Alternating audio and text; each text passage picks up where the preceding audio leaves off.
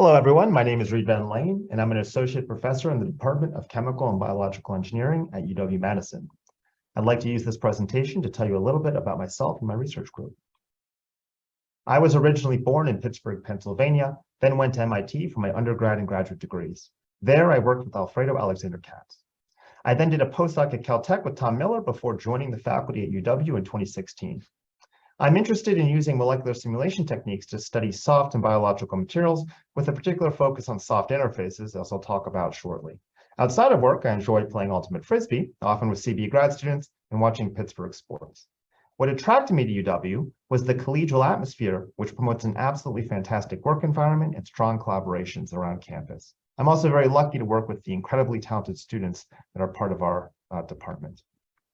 Speaking of which, this is a brief overview of my group's current members, and you can check out our website for more information on their projects as well as their interests outside of work. Currently, we have 3 postdocs: Jin Ping, who's co-advised with Professor Christos Maravelius at Princeton University; Alvaro, who is co-advised with Professors Manos Mavroukakis and Victor Zavala; and Jaridi.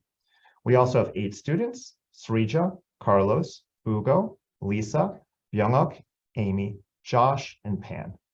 Now, Ugo, Lisa, and Amy are also co-advised, and all of them are co-advised with Professor Victor Zavala. Byunguk is the only student who's not a chemical engineer. He's from the biophysics program, which adds an interdisciplinary background to the group. Now, I'm proud to note that the group recently graduated our first crop of PhD students: Alex, Martha, Brad, and Jonathan. All 4 of them finished their PhDs in under 5 years while being quite productive, publishing multiple first author papers each. They're now all performing simulations in industry. Alex is working on Schrodinger's materials informatic platform. Martha is modeling antibody properties for Regeneron. Brad is working virtual drug screening with Roivant, and Jonathan works in reaction engineering at Dow Chemical. Now, in terms of our research, our group uses molecular dynamic simulations to characterize, predict, and engineer the properties of synthetic and biological soft materials. Broadly, soft materials are held together by weak non-covalent interactions, which causes them to be easily deformable by forces or thermal fluctuations. And many materials fall within this category, with some examples listed on this slide. Some of the key characteristics of these materials is that they exhibit properties of collective self-assembly. They're typically multi-component in nature, comprising multiple molecular constituents, and many of their properties are dominated by entropy.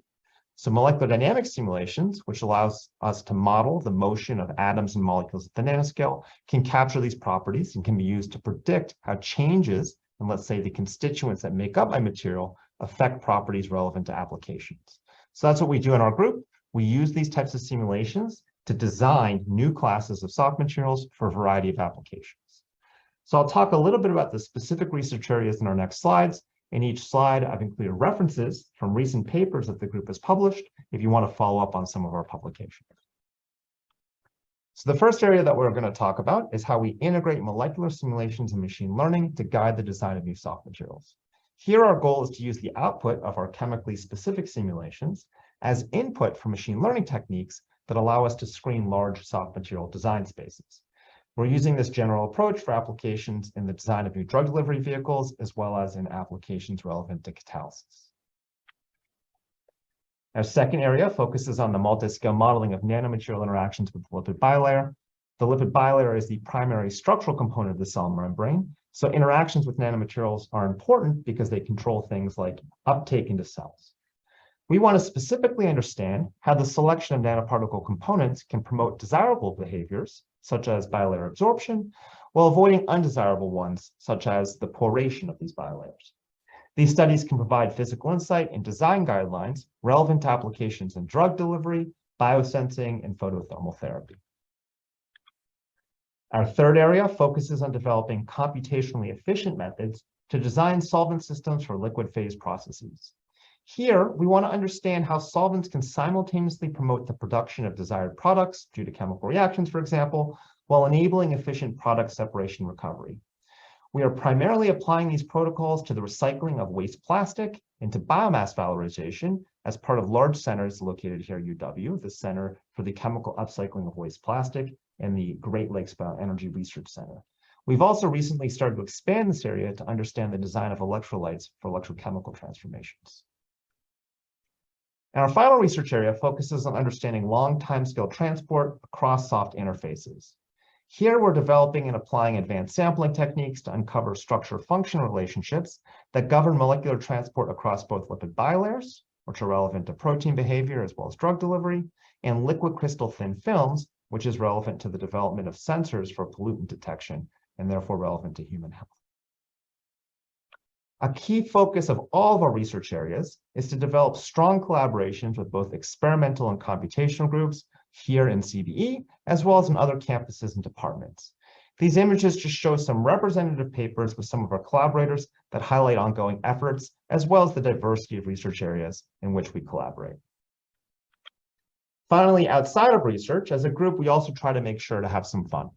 In recent years, we've gone hiking in a nearby state park, we've gotten out on the Madison Lakes, and we recently went indoor rock climbing.